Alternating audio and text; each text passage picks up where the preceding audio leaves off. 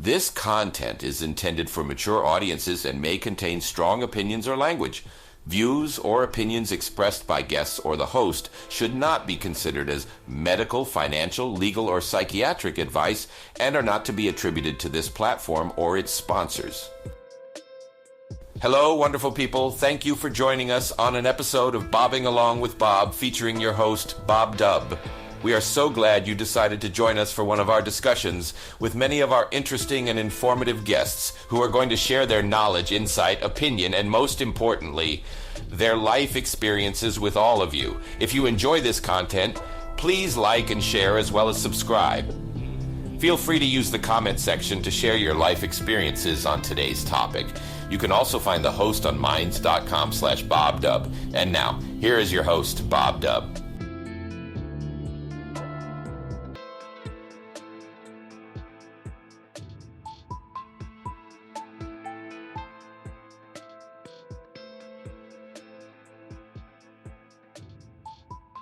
Well, hello everybody. Welcome back to another episode of Bobbing Along. And today we have a brand new episode, something that I have never ever done before on this channel. We are going to be looking at the controversy of the authorship of Shakespeare's plays. So those of you who have been following me for the last few years will probably be wondering why I am taking this sort of dramatic turn, because mostly on this channel we have looked at mental health issues, self-care, spirituality, development, personal responsibility. So to suddenly launch out into a completely different topic is sort of unusual for a channel. However, the thing that I have found on my journey is that I have a lot of resistance to new ideas. And I have recently, through Otto, discovered this whole controversy of the authorship of Shakespeare's plays, which has been very challenging for me because I'm the sort of person who wants to know exactly how things happen. So here I am sitting with this new thing, and there is no answer. There is nobody who can say definitively what happened back in the 1600s. So this is a very interesting exercise for me, listening to other people who have researched this topic very deeply and who have not necessarily formed an opinion, but have just a lot of research that they hold lightly in their hands and are able to talk around. So I thought that would be a very interesting thing. And so the two gentlemen that I have with me today are Otto X, who, as you know, is a founder member of Navakavada Buddhism, and who is also was also the bass player of the heavy metal comedy band Hungry Jack. So welcome, Otto. Thank you very much for joining us again today. Well, thanks for having me. I do appreciate it. And the second member of the panel today is Roger Hansen from Roger Hansen Live. He is a gamer and a game developer, a live streamer, and also... I'm a man of many trades. A man of many trades, indeed. Okay, so welcome, Roger. Thank you. I thought we would start off today, because this is such a new thing, I would just start off by asking Otto and Roger where they stand on this Shakespeare authorship debate. So, Otto, I think I'll start with you. You introduced this subject to me, and I believe from what you said that you are in favor of the idea that Bacon was, in fact, the author of Shakespeare. Am I right? Well, it's, as you said, until we get a time machine, it's impossible to really know. But I do think Mark Twain had a wonderful point where he said that if Sir Francis Bacon did not write the works of Shakespeare, he missed the opportunity of a lifetime. He was one of the few people at that time who was omnicompetent enough, he had enough knowledge of things to have been able to be the author, the ultimate author of the plays. But I think it's important to point out that the authorship question itself is not really that non-mainstream. Even mainstream scholars for many years have debated and talked about which parts of the plays of Shakespeare were written by whom. Already a lot of mainstream scholars, and this goes very far back, accept the idea that, for example, Titus Andronicus, which was something of a potboiler, may have been authored in large part or even entirely by Christopher Marlowe. There have been ideas that Marlowe contributed in other ways to Shakespeare's plays. And, you know, and there's talk of other collaborations. So the idea that the plays aren't entirely by the person whose name is on the play, this idea is not really a new one. You know, the whole questioning the authorship as a whole is simply taking this a little further. So it's not really all that completely off the lunch. You have to remember, too, that a lot of these plays, many of them, when they were first published, didn't even have a name on them at all. So what we rely to a great extent on how people at that time were behaving. So many records, you know, probably 9 out of 10 records are gone. So we looked at things like the First Folio, which was collected by people who were alive at the time and who attributed these plays to one author. Questioning the authorship is not really all that fringe an idea. It's something that actually stands at the heart of mainstream scholarship. This is just, I think, perhaps taking it a little further than they're comfortable with doing. Right. How interesting. And Roger, how do you see it? What's your position on the controversy? The majority of everything that Otto said, I agree with 100%. I personally feel that it wasn't one man that wrote the Shakespeare plays. I feel that it was multiple amounts of people who wrote the Shakespeare plays, and Bacon could have been one of them. Marlowe could have been one of them. There's a lot of signs that indicate that is the truth. There's other people that are involved in it as well. I also went and I did extra research, and I found out other players that were involved in the history of Shakespeare that just there's incidents that just don't jive. You know what I mean? Don't make sense. For me personally, I feel like I said, that there were multiple amounts of people involved, you know, and that Shakespeare was nothing but a pen name that was used by these authors to put their material out, because there were different circumstances for different people during that time period. You know, like nobility, that they weren't caught down at the playhouses. That was degrading to them. A lot of people believe that it's noble thing to go to the playhouses and watch plays today. But back in the day, that was where the reprobates hung out. You know what I mean? Right. It's no noble man would be caught dead at the playhouses. So right. They had to work around that so that they weren't exposed. You know what I mean? There's situations like that took place, and I can get into that later on, but that's kind of an example of the kind of stuff I found out, you know, by doing my research. So another thing that you came up with in your research that I thought that was quite interesting, Roger, was that you talked about how closed borders retained the society's values and traditions and also upheld the laws within that society. Maybe you could give us a little bit of your thoughts around that. During the Middle Ages, well, this mostly started back whenever Byzantine fell, when Constantinople was sacked. A lot of the glass makers, and believe it or not, this actually is something I found out because of doing research on Shakespeare. Okay, but I found out that glass makers fled from Constantinople, and they ended up making their way to Venice. And you know how we have Venice glass now. Oh, yeah, Venetian glass. Yeah.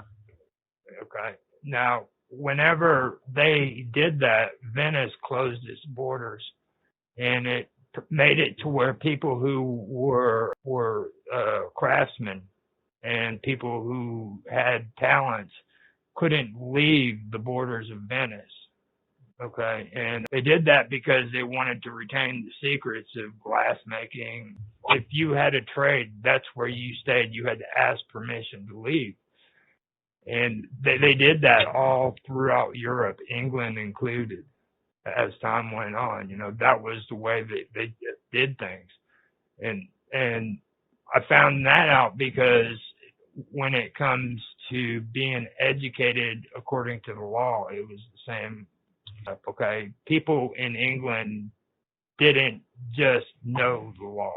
Okay, you had to be educated to what the laws in England were, and there was only one school that was available during Shakespeare's time that did that, and I believe that's Cambridge University is what it was. If you didn't go to Cambridge, you didn't learn what the laws were.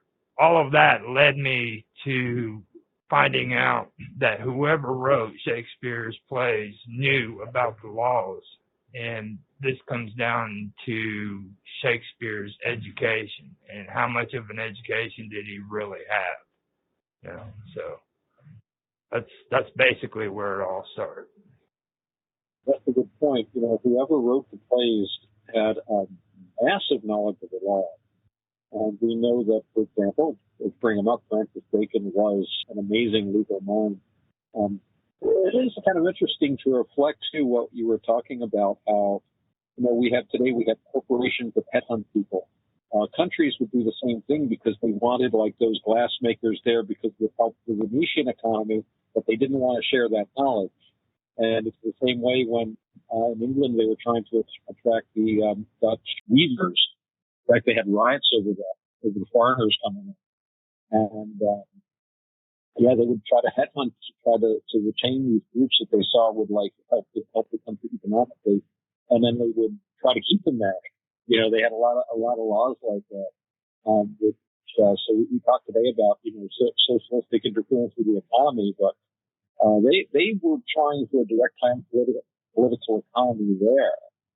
In fact, it reminds me of in 1492, the Moors and the Jews were expelled from Spain. The joke was a lot of these were the merchant class and the middle class, and the joke was that they expelled 90% of the people in the country that could read and write and count above 5.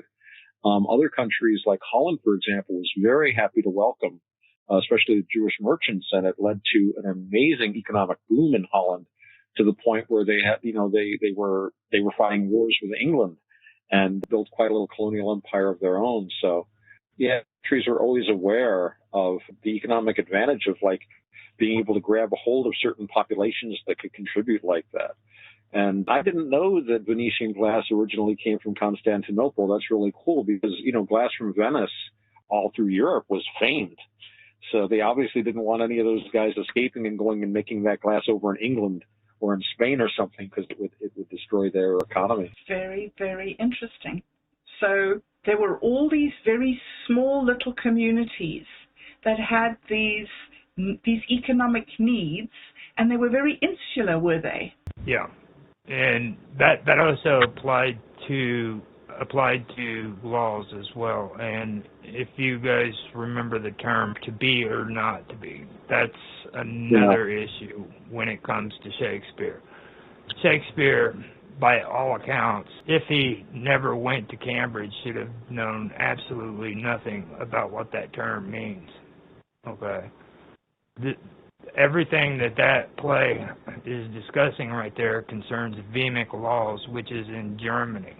Okay, and for a man to know about vehemic laws during that time period, he would have had to have been educated with the law and knew what was happening overseas. He would have had to have at least traveled to Germany in order to know any of that information. And this leads back to kind of what Otto was talking about with Mark Twain. Mark Twain explained it beautifully. He said that there's no written documents of any kind of travel outside of England by Shakespeare whatsoever.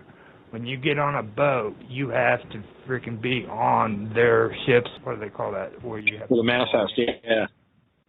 Yeah. There's nothing indicating that he ever got on a ship.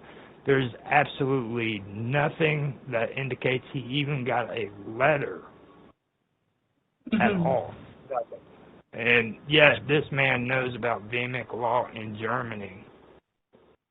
Yeah, interesting. That's interesting. A lot of people, I know a little bit about Vem guy, the special Vem, the Vem courts and everything. They had a whole justice system. And I was talking to a relative of mine who's from Bavaria and an aunt of mine. And we were talking about this, and I brought up the Vem, and she looked shocked. Who told you about that? How did you know about that?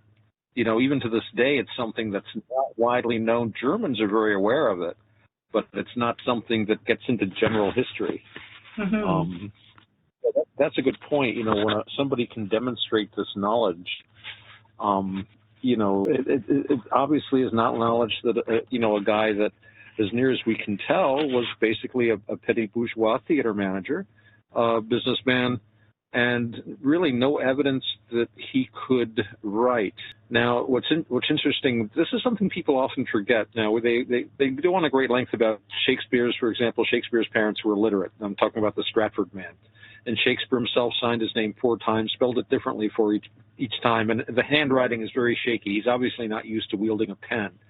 But a lot of people could read, but they couldn't write, or not write very well. Reading and writing were taught as 2 different skills. So it was quite possible for somebody to be able to read well enough, you know, like we say, teach them how to read the road signs, who could read well enough to make his way through society, but not really have the skill of penmanship and writing, which is a really complicated thing. And if you know, the schools were limited, you know, as Roger was saying, you only had these official schools, and if you missed that, there weren't other schools you could go to. There wasn't Head Start. There wasn't homeschooling. You could pick stuff up on your own, of course, but it was kind of hit or miss sort of thing. So, yeah, and travel back then, as Roger points out, that was not, you know, they were a highly regulated society. You needed all sorts of permits, especially since England was usually at war, having some kind of a war or being involved in a war on the continent all the time. They would look very suspiciously at people, you know, wanting to go across there, unless they had a good reason to. Depending on what year it was, you could be looked on with a great deal of suspicion. By both sides, because you could very well, like in Christopher Marlowe's case, be a spy or an agent provocateur. You know, this was a wacky time, and this also gets back to what Roger was saying about the importance of people not being known. You know, I mean, you could be arrested. I think Johnson was arrested something like 4 times. A lot of these guys were arrested, some were tortured, some were killed. You didn't necessarily want your name on any kind of a literary production. Heck, Bacon's dad, Sir Nicholas Bacon, was an important person at court. He held all kinds of court positions, Keeper of the Great Seal and stuff like that, but his career was damaged very heavily because he had written a book, and the Queen didn't like the book, and as a result, it really took up the advancement and caused him some stress. So even something like an innocent book that wasn't particularly considered to be you know, treasonous could get you in trouble if somebody just didn't like it. So, and some of the Shakespeare plays had been, you know, I mean, there was a famous thing where they were trying to rebel against the Queen, and they paid to have Richard II, you know, the story of a very weak king, produced as a kind of a primitive propaganda kind of a tool.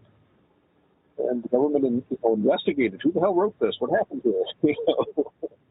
And but yeah, you could go to prison very easily for writing a play, having your name on it. So it would make a lot of sense to let William Shakespeare take the rap. Uh-huh. So the name Shakespeare might not even refer to an actual person, but might just be a name that was used. Is that right? That this man, Shakespeare of Stratford-on-Avon, he's just a coincidence? It's sort of. I mean, the name, it was pronounced in his day, and I looked this up, Shakespeare. And this is thought to be a corruption of the French name Jacques Pierre. And, of course, they pronounced the S back then, so it would have been the Jacques Pierre. And it's probably, you know, French origin. A lot of English people were. I mean, from the Norman invasion on, a lot of French in England. But Shakespeare itself, I have seen argued, was just a generic name. It's sort of like, you know, in theater, they'll have George Spelvin as a standard theatrical name. If you've got somebody on the bill that has too similar a name to someone else, or just doesn't want to use his or her name for some reason, they'll just call them George or Georgina Spelvin. It's understood. And I've seen it argued that the name Shakespeare was understood to be more or less of a pseudonym. It'd be like saying Kilroy, or John Q. Public or something like that at the time. And of course, it does refer to shaking a spear.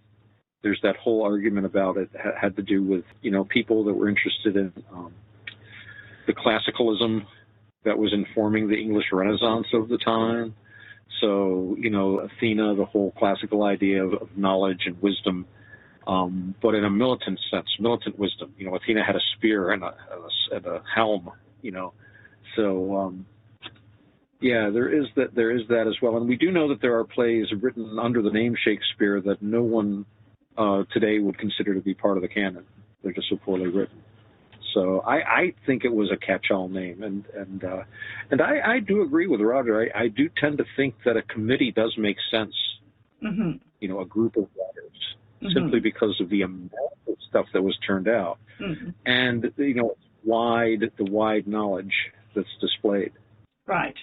Let's look a little bit at who the people could have been.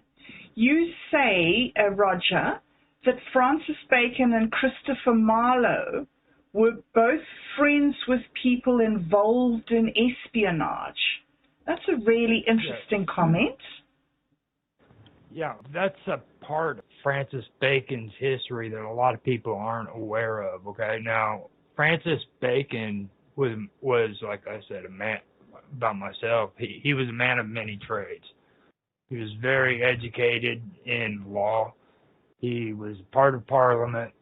He was also a writer. He wrote frickin' The New Atlantis. But as well as that, he was a diplomat of the sort during that time period, what you would call an ambassador at that time period. He would travel to other countries for Queen Victoria I to take care of her affairs in other countries.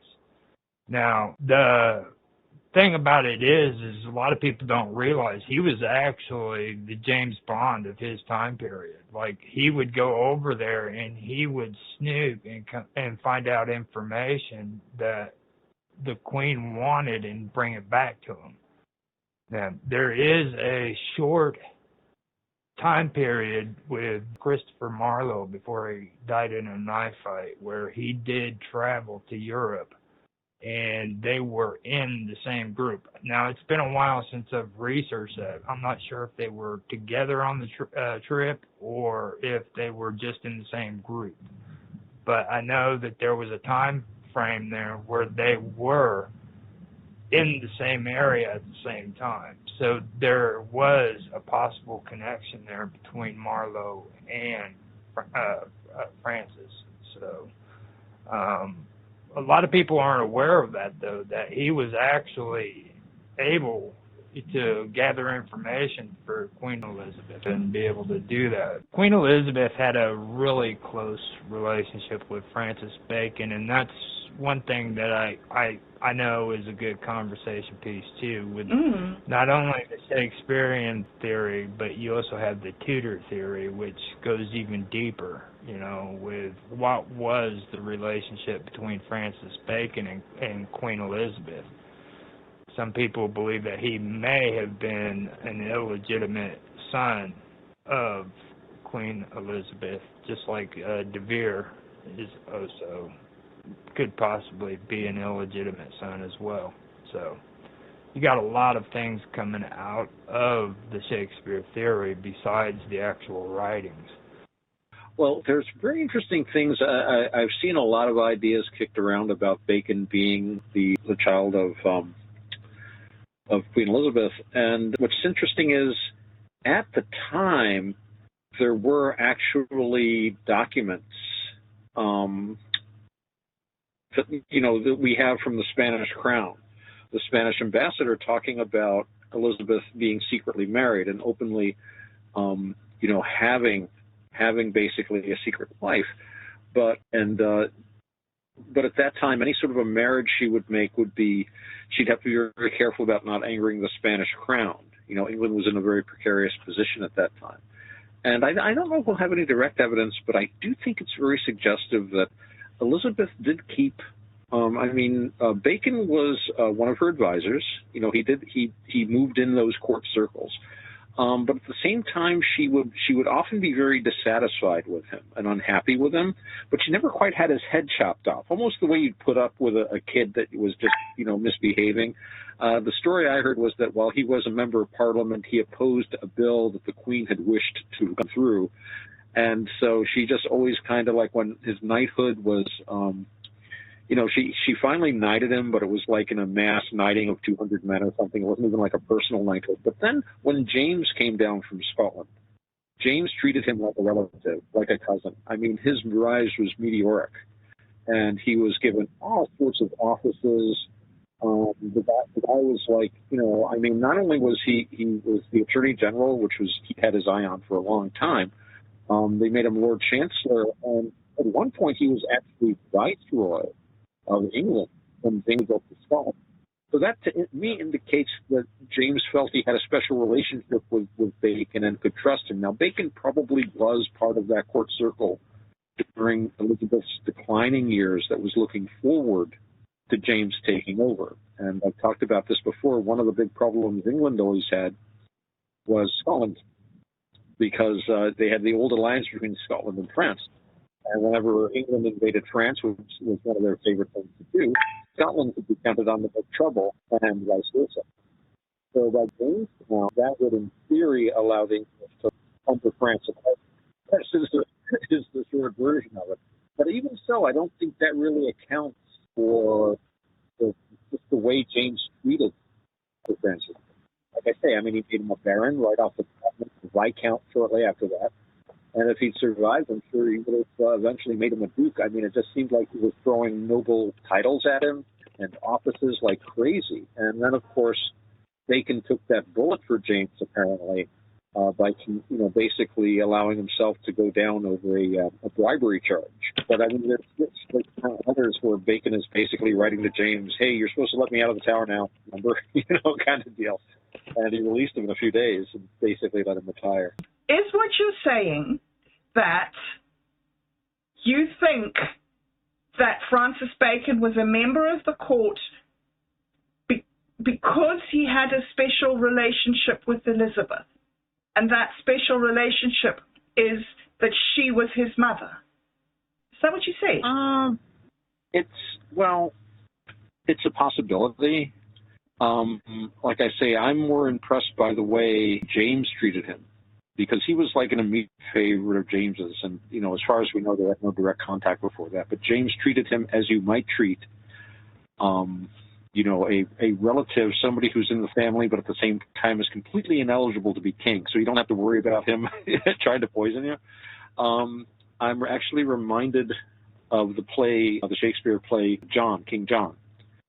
And if you remember the play, there's one character there who's really the hero in the whole play, and that's the bastard. And when they find Coeur de Lion, they attach him to the court, and all through it, he is the most loyal helper because it's family, you know. And at the same time, King John can rely on him completely because he can have no ambition for the throne since he is a bastard. But at the same time, all through the play, we see that bastard would have made the best king. He is the one truly kingly man amongst all the kings and princes and potentates that are shown in that play, which is just the sort of thing a royal bastard would write. So I think that's very interesting. But we have to keep in mind, too, that, you know, parentage aside, Bacon did come from a powerful family. His father, Sir Nicholas, had been very important at court. These were people who would naturally have been involved in the government, would have naturally been involved in law, would naturally have been involved in the court anyway. But it's interesting, though, that just the way Elizabeth treated him, and again, we're looking at, you know, letters and diaries and stuff from a long time ago. A lot of stuff's missing. We weren't there, so we really can't get the nuances.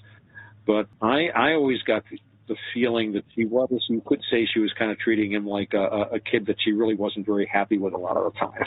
You know? Mm-hmm. She wasn't a very happy person. She was also very stingy. Although I have heard that was because of the fact that her treasurer used Roman numerals So they never really quite knew how much money was in the treasury, and they were constantly thinking they were going broke.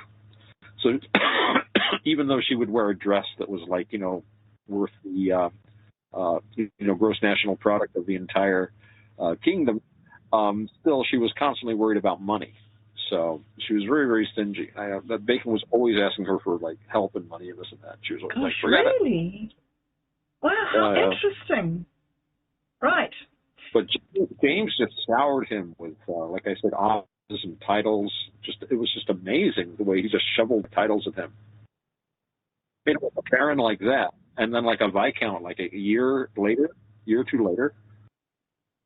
So okay, it's suggestive. It doesn't prove anything, but it is very suggestive. Yes. Well, all this stuff really doesn't prove anything. It's all just very suggestive. Yes, indeed. Well, at this point, we have another guest who has joined us. And Tan, welcome. Okay, I just joined to listen in. We're just discussing who could have written Shakespeare. We've mentioned that Shakespeare maybe couldn't read, maybe couldn't write, and we've mentioned that there's some highly specialized insights into law and sort of the legal position of the time. And we've also we're talking a little bit about the court and Francis Bacon's position in the court. And so, Otto, you were just saying that there's this circumstantial evidence around Bacon, but it's not just Francis Bacon who could have been somebody. There are a few other people who are likely contenders, aren't there? Marlowe is, I think, a strong contender simply for stylistic reasons. They have done statistical analyses of like word usage and so forth. And again, as I said earlier, it's very mainstream to consider that Marlowe and Shakespeare, even if you're a Stratfordian, even the Stratfordians regard a Marlowe-Shakespeare collaboration as being quite likely. As I said earlier, a lot of mainstream scholars have even posited that Titus Andronicus was written largely, if not completely, by Christopher Marlowe. And there's been a lot of thought that he may have contributed. Again, these were working playwrights, too. These were shows that were being thrown up on the stage. And I've mentioned to you before when we were talking about this, if you look at a modern, like the Marx Brothers, at some of the funniest films ever made, they'd have 50 writers on these. They were always calling in other writers. We need to beef up the blank verse. Get Marlowe on this. We need some really risque humor. Get Johnson.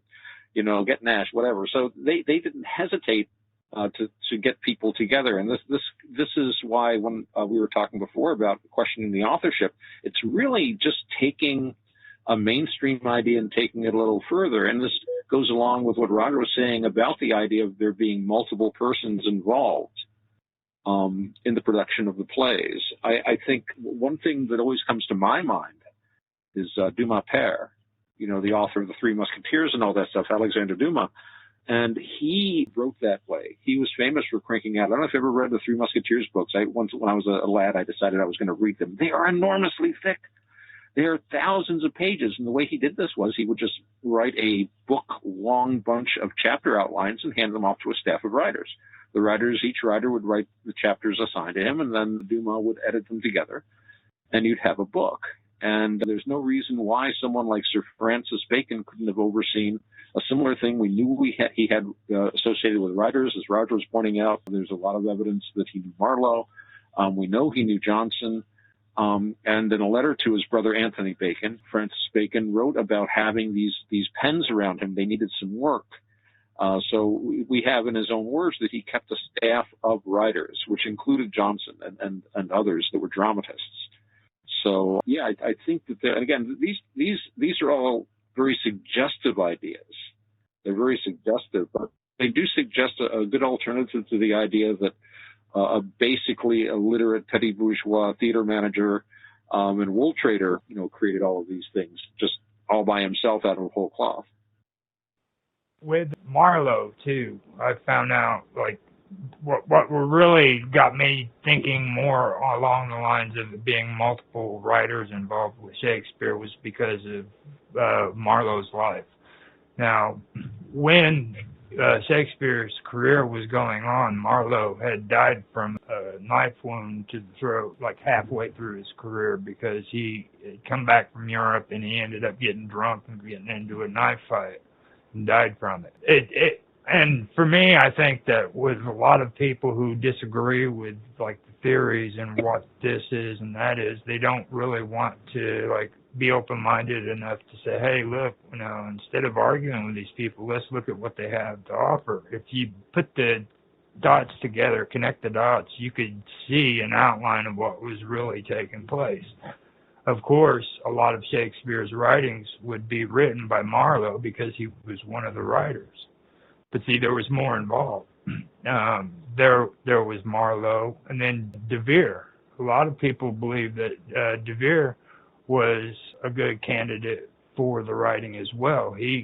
They actually think that that's who they're referring to when they mention the bastard. He was one of the later ones that I actually researched and found out. I knew more about Marlowe than what I did about De Vere, but when I read it, it became more and more compelling because not only is he a good candidate, but he could be the illegitimate son. Not too many people are aware of where De Vere is buried. Okay, he's buried in the Abbey, and the only people that get buried in the Abbey are the royals. Okay, dukes don't get buried there, but he is actually buried in the Abbey, and to this day nobody knows why he was buried there, which is very interesting. So, see, now that's something that made me think there. And then with these playhouses, Shakespeare owned quite a few of these playhouses in London, and he was in partners with a group called the University Wits. They were all partnered up on these playhouses, but at the same time, the University Wits were Shakespeare's they were his biggest critics. When they were handing out pamphlets and stuff like that, it was the University Wits that was always cracking on Shakespeare and criticizing him for his plays, okay? So the same people that are criticizing him are going into partnership with him on these playhouses, yet they don't like his work. You know what I mean? So you've got atmosphere there where it's a lot of publicity going on, you know what I mean? A lot of story playing. You said that Bacon and Marlowe were both involved in espionage and deceit.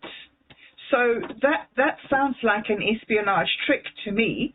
You be part of a group, but then you say you don't like that group that you're secretly part of. It's even today. It's basic promotion. You know what I mean? You create a controversy.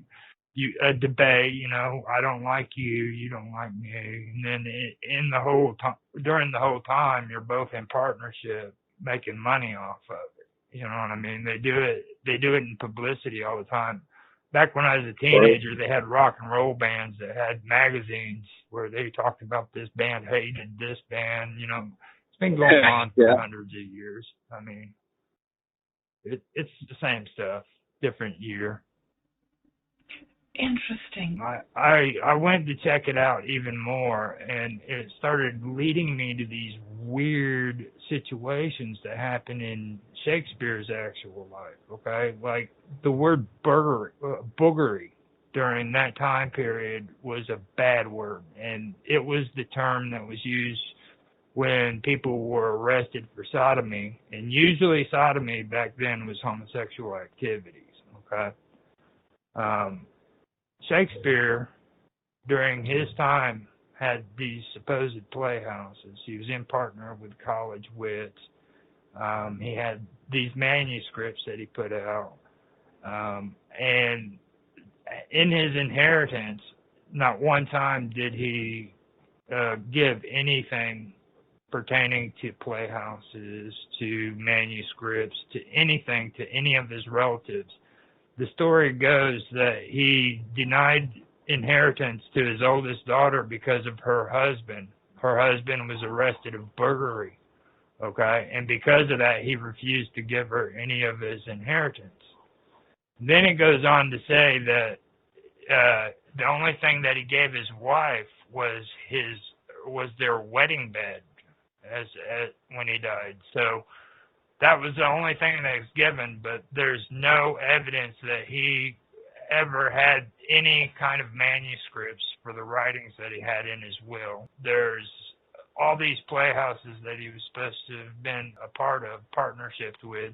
He had no money there, and it just gets weird there. And then you go and you look at Francis Bacon, okay? Francis Bacon, you look at the end of his career when he finally left Parliament, there's a rumor that had gone around that he was arrested and he was threatened that he needed to leave Parliament or he'd be brought up on charges of boogery again, okay? Which to me is kind of odd that it's going on in both stories, you know, that this word boogery keeps popping up, and it's kind of like somebody put these as explanations to why these people weren't, you know, connected together. So anyhow, the story goes is that's one of the stories why Francis Bacon left Parliament, was because he was being threatened that he would be charged with boogery if he didn't.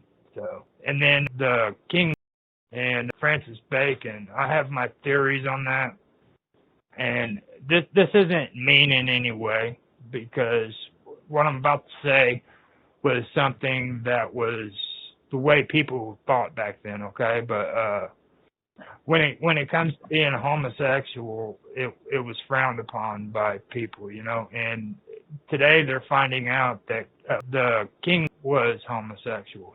And now I know that everybody gets it mixed up that he wrote the Bible, the New Testament of the Bible, but he didn't write it. He commissioned it. You know what I mean? He commissioned the writing of the New Testament, but now they're finding out that he was, or they're believing that he was homosexual, is the best way I should say it. And my theory is that the reason why Francis and the king got along with each other so well is maybe Francis was homosexual. That's my basic gist of all that when it comes to, you know, the king and Francis, and then the whole controversy with Shakespeare and things like that. Like, his whole life was very interesting. And another thing I want to mention too is like this Stratfordian Shakespeare. I've heard a lot about his education. Like, I believe he only had a 7th grade education, and that's even controversial. They don't know for sure if he actually had the full 7 years in school, because now they're going back on what they said about his parents being Catholic and keeping him out of school. So, because during that time, the English were being harsh on the Catholics because they had broken away from the Catholic Church, and people didn't like the fact that their children had to go to these schools, so they pulled them out of school. So now they're backing out on that part of the story, saying that never happened. So I don't know for sure if that was true or not, but it is a part of the story which has been taken out. You know, there's this whole modern trend about, you know, everybody in the past had to be gay and everybody in the past had to do this or that.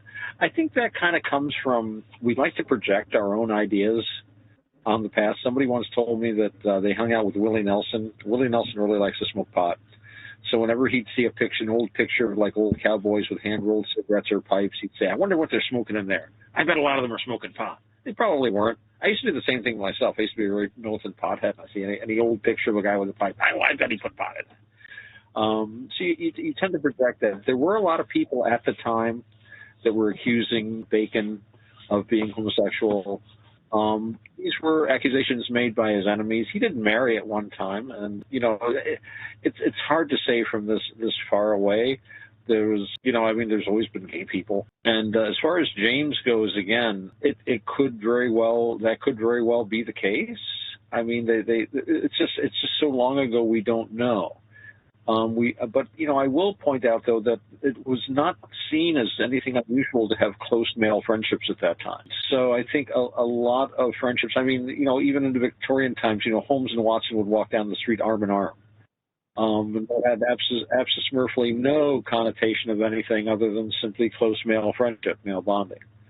So, but what's interesting, and I was saying this before, is that James did shower Bacon with all sorts of gifts and power, offices. He made him like a baron and then a viscount. So I have comment about this. I came in late, so I didn't know what you guys views is in terms of this authorship. But when we're talking about this, maybe have you discussed the pros and cons? What are the arguments for authorship, and what are the arguments against his being the authors of his work? Have you checked the research that I know? I found a website called doubtaboutwill.org. I don't know if you run into that. Oh yeah. So have you gone over the pros and cons arguments? It may be worth doing that kind of stuff. I think the biggest Stratfordian argument is that the plays of William Shakespeare have William Shakespeare's name on them. So, the plays are written by the guy whose name is on them, and that's a good enough argument up to a point. I think part of the problem is because we are so distant in time and so many records have been lost that, you dig around and you find, say, okay, here's a play with the name William Shakespeare. Well, here's a record of a guy that lived here, and that has Shakespeare's name. And here's a tax record with the name William Shakespeare. You kind of hope that it's all the same person, but you don't know for sure. And I'm thinking of Edmund Spenser is a good example of that. Now, we know very little about Spenser. He's mentioned a few times in some, I'm trying to pull this out of my tiny little room here. I haven't read about this stuff in a while. I think in some of Harvey's correspondence, the so-called Immerito letters, he's referred to as Immerito and as a young man. Now, they also found a record of a guy named Edmund Spenser, who basically worked in the office of the Lord Lieutenant of Ireland. And all the time that the major works with the name Edmund Spenser on them were being published, this other Edmund Spenser was living in Ireland. And in fact, the works that mention Ireland seem to be written by someone who does not live in Ireland, because it shows an incredible amount of ignorance about the geography of Ireland. So on the one hand, it could simply be that this is another guy. A lot of people had the same name. And in fact, I've heard that they even changed the dates on his memorial at one point because it made him too old when he died. And the Immerito letters that we know refer to the author of Spenser's work, refer to a young man.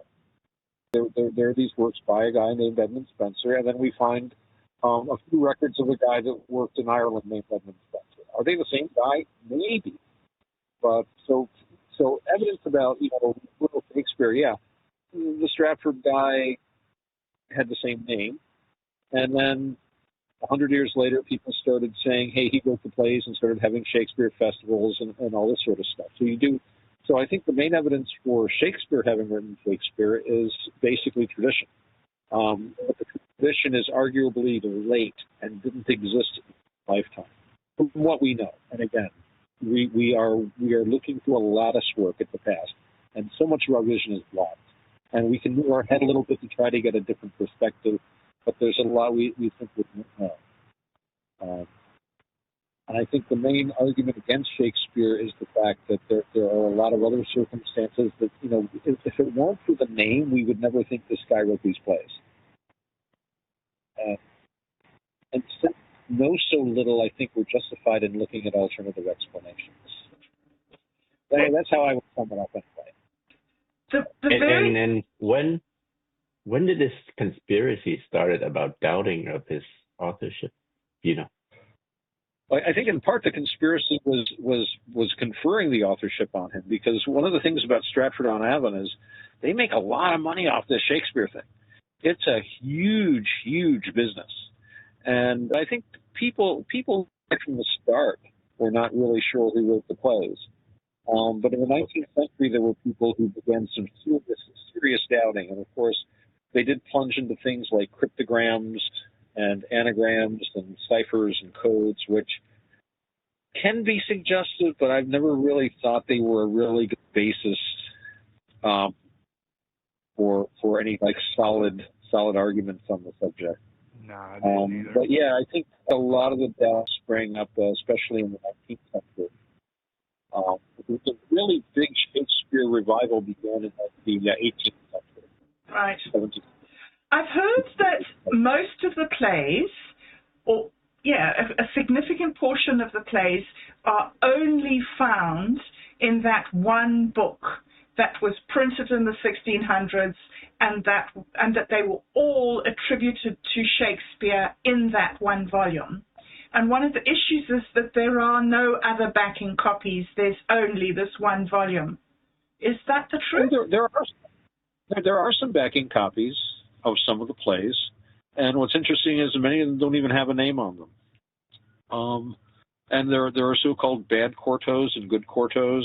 Some of the copies of the plays that were published beforehand seem to have been written from prompt books, possibly written by actors that didn't remember very clearly what they were saying. There's a hilarious bad quarto of Hamlet you can look up, where the whole to be or not to be soliloquy is completely butchered.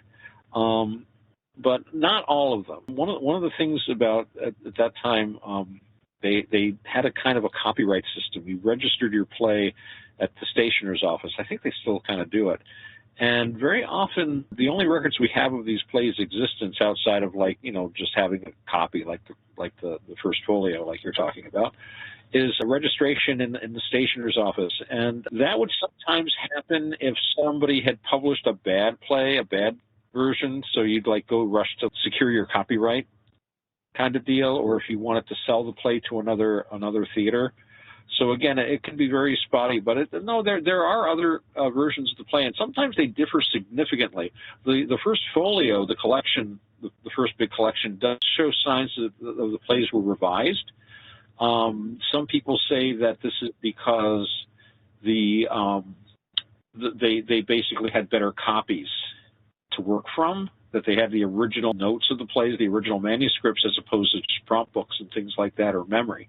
But other people say that the mind of Francis Bacon was there, even though by the time the first folio came out, William Shakespeare of Stratford was dead, but Sir Francis Bacon was still alive, and that he was the one that basically edited them and smoothed them out. We know, for example, Hamlet is an enormous play. I don't think it could ever have really been realistically performed complete, because it's just so long. It's more of a book. It was definitely somebody trying to get ideas written down. I almost think it was more of a play to read than to actually perform. And the most complete and longest version, I believe, is in the first folio. And again, if you subscribe to the Baconian theory, that would have given Francis Bacon a chance to give a more complete copy for that. But again, this is just spinning. I'm just spinning ideas out here. We don't really know for sure, but it's suggestive. What have you heard about that first folio, Roger? What's your opinion of it? The first folio, from what I was told, was that it's not actually the original. There was a conspiracy theory that came out where, well, Otto was mentioning it, where they believed that there were codes within the writings. And I believe it was towards the late 1800s, early 1900s, where I forgot the name of the guy, but he went through and he used ciphers and everything to try to get a secret message out of it. And he ended up going bankrupt over it because he wouldn't give up on this idea. And the reason for it is there's no proof of the original manuscripts. They've gone missing, basically. And there's theories that these manuscripts are buried somewhere. This guy believed that it was on the shores of Thames, the Thames River. I believe that's what Thames is. And he actually went out there with an excavation crew and tried to dig it up and everything, and spent pretty much his entire fortune. After that, I think it was back in the 1980s, someone had found his lost research and everything, and actually she made a book of it, and you can find it on the internet. Later on, I can post links to it. But these manuscripts, though, that are being put out that everybody thinks are like the originals aren't really the originals. They have no idea where the original manuscripts are. They weren't given to any family members after Shakespeare's supposed death. His wife, like I said, the marriage bed, the hunt, that's all she got. There was nothing else. The reason why this theory got so popular was back during the 1800s. That was when they decided that Shakespeare was the greatest writer of all time, and they made it publicly and started saying that. And that's when all of these very, very educated people came out and said, look, no, it's not the case. He isn't the greatest writer of all time because he just doesn't exist. You know what I mean? Dr. Freud was one of them. Okay, William James even freaking denied it. Walt Whitman didn't believe that he was real, you know. This is besides freaking Mark Twain. These were freaking very educated people that do it. And today, in the colleges, they're actually trying to petition to where people are being educated about this subject, because when they go to college, they hear about Shakespeare, but nobody hears about the Shakespeare theory, you know what I mean? And this is something that they feel needs to be discussed. They're constantly discussing all the time, you know. So that was the reason why it got popular, was because the people who, I guess you could say, anti-Baconians. I've never been good with the terms before, but they decided one day that they were going to just make it to where Shakespeare was the greatest writer of all times. And the only thing that makes me not think it was Bacon is, let me make this clear too on that, is because when you take Francis Bacon's writings and you put it on one side, and then you put Shakespeare's writings on the other side, that is an immense library.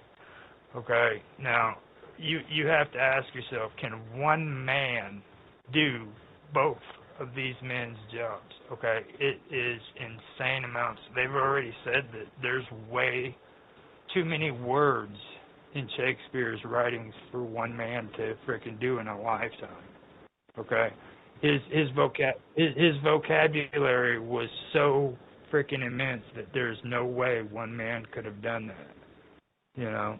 And then you take Francis Bacon with his writings, his work in politics, and everything put together, and you have to ask yourself, could one man do all of this, you know? And that was what finally convinced me to believe that it's not one man, but it's a group of people that are working together to do these writings during that time period. So that's one thing I wanted to point out, and that's why I went that direction. So, Roger, so you guys don't even think that William Shakespeare existed? Oh, he existed, I'm sure. But have you guys? There's the Shakespeare library called the Folger Shakespeare Library that I'm sharing on WebTab. Yeah, that has all these documentation records of his marriage, all the other stuff. I don't know if you guys run into them. Yeah. These are very interesting. It is interesting to see the kind of life that they document of William Shakespeare's family. A lot of it looks like it's about John Shakespeare's dad, who was a burglar. Right. He was a solid middle class kind of a guy. He got married. You see, tax records. He went to London. He owned shares in theater companies. He was mentioned as an actor. Worked in theater. He was an usurer. His dad was an usurer too. They used to loan money on wool. It was illegal, but you made a lot of money on it. And actually, I guess I'd read that his dad lost a lot of money because of just a crash in the wool market or something. It was like a bubble or something. But yeah, so there's no real documentation of William Shakespeare as an author or a playwright. It's all as manager, actor, petty bourgeois, wool merchant, moneylender, and yeah, it's very interesting. And again, but it doesn't necessarily mean it's the same guy as put his name onto the plays.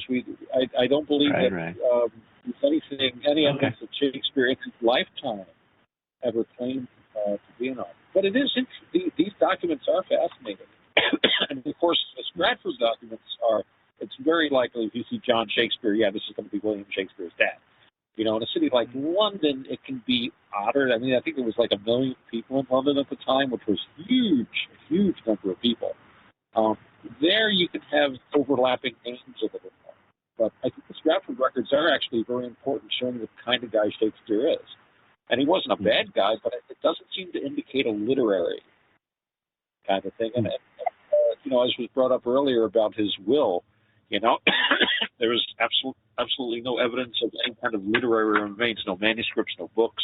I mean, whoever wrote those plays had to have access to an amazing library as well as an amazing amount of life experience. We don't have in the records we have of Shakespeare Stratford on Avon. I believe he existed too, Tan. I just what it comes down to for me is there's more evidence for people who are against the idea that Shakespeare wrote those books than what the actual quote-unquote intellectuals are. They just don't bring enough evidence to the table to back up their claims that Shakespeare actually existed. It's really a weak argument. It's probably one of the only cases where the conspiracy theorists, if you want to call them that, have better evidence than the actual people who claim that Shakespeare was real. You know what I mean? And that's just from what I've seen from it. They just have better evidence to back up their claims. So we've mentioned Bacon and we've mentioned Marlowe, and those seem to be the two main, from what I can see, those seem to be the two main contenders. But neither of you have said that Marlowe was actually dead before Shakespeare's plays were written. Like, do you think that people, that whoever compiled the plays took a whole lot of other people's writing, dead and alive, and made the plays out of other people's passages of writing? Is that what you're saying, that there was one author who compiled these plays out of many different playwrights' works?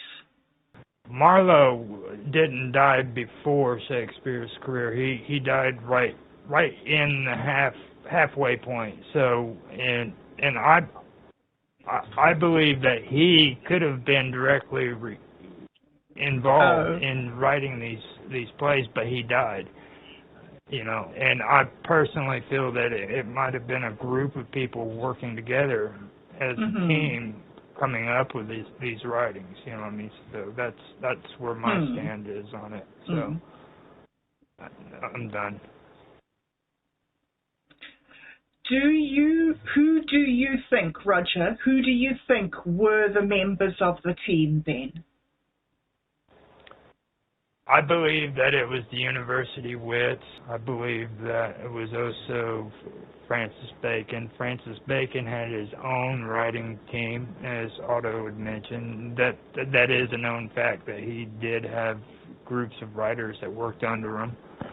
I believe De Vere was a part of it. And then I haven't been able to read the other guy that I put on the list that I did for the talking notes. I really wish I did take time to get to him, but I just finished within the last year or so covering De Vere, and he is really compelling. He could give authorship a real close run for its money. When it comes to standing him and Bacon side by side, you can see that both of them, I mean, It's really amazing. And then when you read the story of De Vere and the things that took place, like today, he has family members still in England that swear up and down he's the legitimate son of Queen Elizabeth.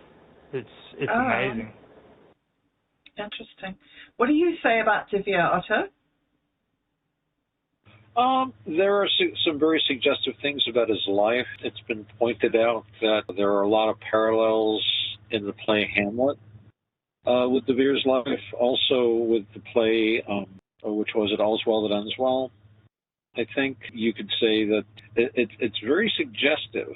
Of course, one of the problems with De Vere, again, as they sometimes say with Marlowe, has to do with his death date. But the dates of the publications of these things are problematic. And as I was saying before, sometimes a play could be around for years before it actually was registered with the stationer's office. So it's very difficult for us to know when exactly things were written. A lot of the time they depend on things like, statistical analysis of word uses and stuff like that. And that works up to a point. So there is evidence for De Vere being involved, certainly. He certainly had the education. Certainly he had traveled, in areas that were written out of plays. And certainly he moved in those circles. I think one of the very interesting things about the Marlovians is the argument that they make about his death having been faked. And there's a very good article that Peter Farry wrote, and it's on his Marlowe website, called Hoffman and the Scholarship. And it talks about the Hoffman Prize, which was supposed to it's basically the prize for somebody that was supposed to write an essay about Marlowe being the author. Excuse me. But there are some very interesting suggestions that his death could have been faked. The fact that he was a spy, he was involved with intelligence services. The Elizabethan intelligence services you think the CIA and all of that kind of stuff is bad. He had competing intelligence services, and they had all kinds of agents provocateurs. One of the things we know Marlowe did was he came over to the continent to pretend to be a forger, a coiner, in order to entrap other people to do coining. Now forging, counterfeiting, was an offense that was punishable not just by death. Because the court swore the face of the Queen, it was considered treason, petty treason to counterfeit. So Marlowe was sent over to try and entrap counterfeiters. He entrapped the counterfeiter, but the counterfeiter was working for a parallel and competing English intelligence service. And we know that there's an extant letter when he was going to be granted his Master of Arts. They were going to refuse it because he was never at school. But they got a letter from the government saying that the Queen herself says that you better give him that degree because he's been working on Her Majesty's Secret Service, words to that effect. So we do have documentary evidence of being involved in a lot of this stuff. So in that shady world of spies and stuff, there's a suggestion that he basically had a chance to fake his death and go off. And they make some very interesting arguments about it. Certainly there's a lot of, again, it's all circumstantial evidence. It's very suggestive. It doesn't prove anything. But and if, the thing about people faking their death is you don't know how often it's successful, because if it's successful, you never know. But we do know of a lot of people who have tried that. The Elizabethans were quite capable. They had a very sophisticated intelligence service that could easily handle that sort of thing. What's a possibility? It's a possibility. It's interesting. They say the same thing about her too. So there's always wiggle room with these theories.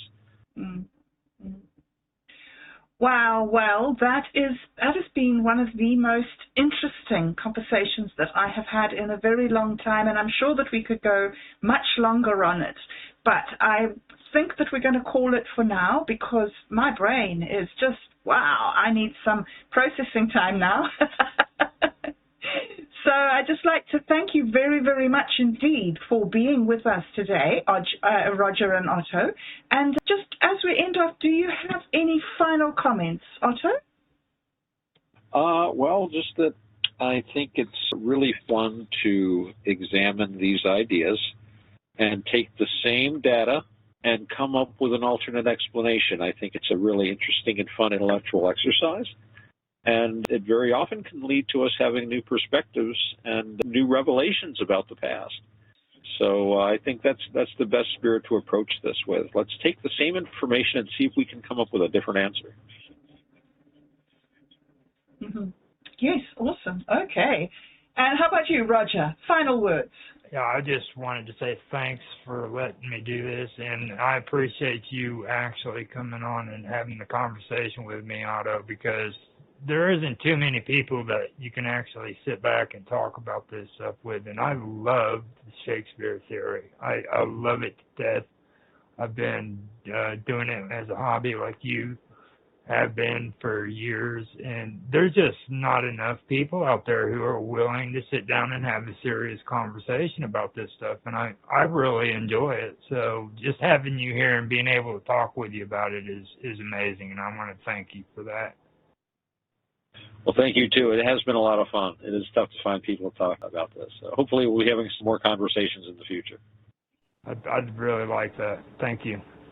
Thank you. Me too, gentlemen. So, on that note, until next time, goodbye. Thank you for listening to Bobbing Along with Bob Dub. If you enjoy content like this, be sure to like, share, and subscribe. Or better yet, come and join us on minds.com/BobDub. If you are not already a member on Minds, get a free account on this open source social media platform.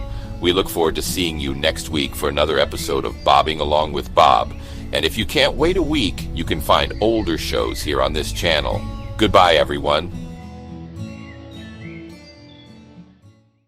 Bobbing along,